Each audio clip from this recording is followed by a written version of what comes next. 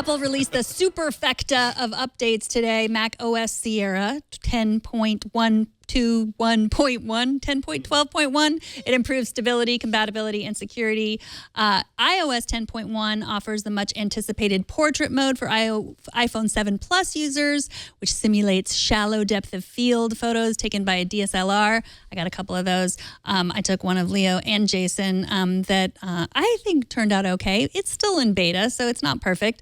iOS 10, the new version, also lets you play those laser balloon and firework effects over and over again. So if you sent me one, well, not you, Jason, but someone with an iPhone sent me one, I could play it over and over again.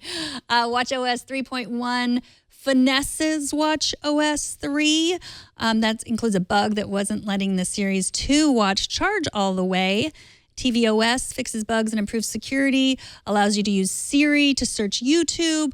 It doesn't allow you yet on the Apple TV that single sign-on that we've all been waiting for, so you don't have to sign into all your separate accounts to watch all your Westworld or your Mr. Robot or whatever it is that you watch. So, yeah.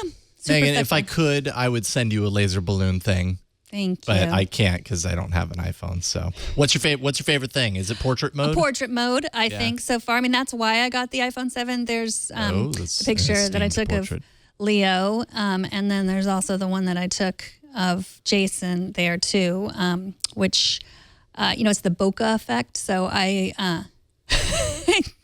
I call that bokeh Howell. Bokeh Howell. But okay, so here's the question. It looks way better on my iPhone than it does when I put it on Twitter. It looks a little. So that's my question. I was listening to the Vergecast over the weekend, and they were making the point of. No, I can't do it. I can't do it on demand. I'm sorry.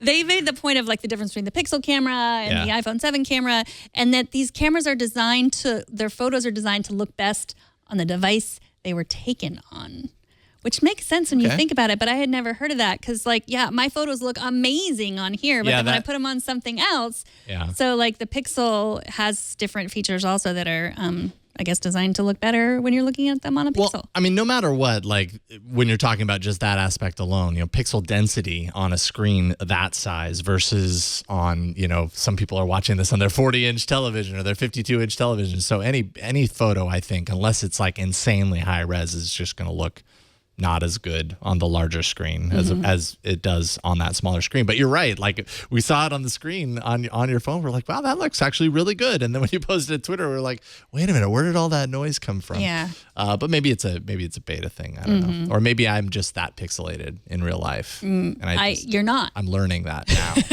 I could be. Maybe we just don't see it with our untrained eyes. Maybe.